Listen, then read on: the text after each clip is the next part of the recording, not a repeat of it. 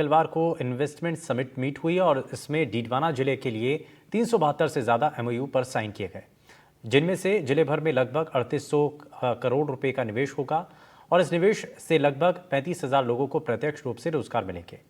Investment summit के दौरान क्योंकि कई बातों का जिक्र किया गया है, इसमें राजस्व राज्य मंत्री विजय सिंह चौधरी के साथ ही मकराना विधायक जाकिर हुसैन भी मौजूद रहे हैं और माना ही जा रहा है कि इससे बेहतर चीजें आने वाले समय के अंदर दिखाई देंगी। आपके नवसरी जिले में आज जितने एमओयू हुए हैं, ये भी सारे के सारे जब धरातल पर उतरेंगे तो डीडवाना कुचामन जिले का आर्थिक विकास के साथ साथ यहाँ रोजगार के नए अवसर सृजित होंगे, आर्थिक स्थिति मजबूत होगी, जिलों की आर्थिक स्थिति मजबूत होगी, प्रदेश की आर्थिक स्थिति मजबूत होगी, तो प्रदेश तेजी के साथ विकासशील से विकसित प्रदेश के रूप में स्थापित होने से दुनिया की कोई ताकत नहीं रोक पाएगी। डीडवाना में भी आज इन्वेस्टर समिट मीट का आयोजन किया गया, जिसके तहत लगभग 450 एमओयू साइन किए गए और लगभग 3800 करोड़ का निवेश के प्रस्ताव प्राप्त हुए हैं। इस पूरे इन्वेस्टर समिट मीट को लेकर हमारे साथ मौजूद हैं डीडवाना कुचामन के जिला कलेक्टर साहब। इनसे हम बात करते हैं कि क्या था पूरा आयोजन, किस तरह की इसकी तैयारी की गई, किस किस तरह के प्रस्ताव प्राप्त हुए हैं। सर, जो इन्वेस्टर समिट मीट में जो प्रस्ताव पास हुए हैं, कितना निवेश डीडवाना में आया है और कितने एमओयू साइन हुए?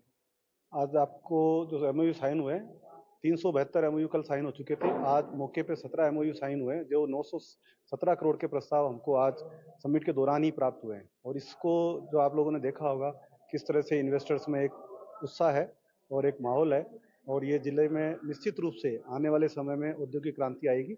और यहाँ के जो एंटरप्रेन्योर्स है, जो आज लोकली यहाँ पे रह रहे हैं और जो एंटरप्रेन्योर्स यहाँ के बाहर जाकर के अपना काम कर रहे हैं और बहुत सफलता उन्होंने अर्जित की है, उन सब लोगों ने रुचि व्यक्त की है। और निश्चित रूप से आने वाले समय में डीडवाना जो है औद्योगिक क्षेत्र में अपनी पहचान बनाएगा। सर, इसमें जो निवेश आएगा उससे कितने लोगों को रोजगार मिलेगा, क्योंकि डीडवाना में जो रोजगार की संभावनाएं थी वो मार्बल और नमक के अलावा और किन किन क्षेत्रों में, तो रोजगार किस तरह से बढ़ेगा? देखिए, अभी जो प्रस्ताव हमको प्राप्त हुए हैं, उन प्रस्तावों में जो उन्होंने सूचना दी है उसके हिसाब से लगभग 30 से 35,000 व्यक्तियों के रोजगार उपलब्ध होंगे। और ये डायरेक्ट रोजगार हैं, जिसके साथ ही जब ये इन्वेस्टमेंट आएगा तो इनडायरेक्ट भी रोजगार उत्पन्न होंगे। और हमने एक रिको का एक औद्योगिक क्षेत्र कुचामन में भूमि आवंटन कर दी है। एक वाकलिया के लिए प्रस्ताव गया हुआ है राज्य सरकार में, और आज माननीय मंत्री महोदय ने डीडवाना में एक औद्योगिक क्षेत्र की घोषणा की है, जो भूमि उद्योग विभाग की है। उस भूमि का प्रस्ताव राज्य सरकार को भेजने के निर्देश दिए हैं। उसके तहत हम प्रस्ताव भेजेंगे और आशा है कि शीघ्र ही वो भी एक औद्योगिक क्षेत्र यहाँ विकसित हो पाएगा। डीडवाना की अगर बात करें तो मकराना मार्बल का एक प्रमुख केंद्र है। इसके अलावा नावा और डीडवाना में भी नमक व्यवसाय काफी अच्छा होता है। लेकिन इसके अलावा इन क्षेत्रों के अलावा किन किन क्षेत्रों में जो है वो इन्वेस्टमेंट आएगा, किस तरह से जो क्षेत्र है उनमें ये एमओयू साइन किए गए?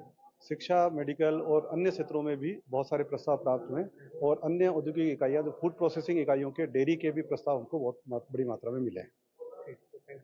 तो ये थे डीडवाना जिला कलेक्टर पुखराज सेन, जिन्होंने पूरी जानकारी दी और बताया कि किस तरह से इन्वेस्टमेंट समिट मीट में प्रस्ताव प्राप्त हुए हैं और इससे जो प्रवासी उद्योगपति हैं, व्यवसायी हैं, उनका डीडवाना के प्रति फिर से लगाव बढ़ेगा और लगभग 30 से 35 हजार लोगों को रोजगार मिलेगा। डीडवाना से जहीर अब्बास उस्मानी, एनडीटीवी।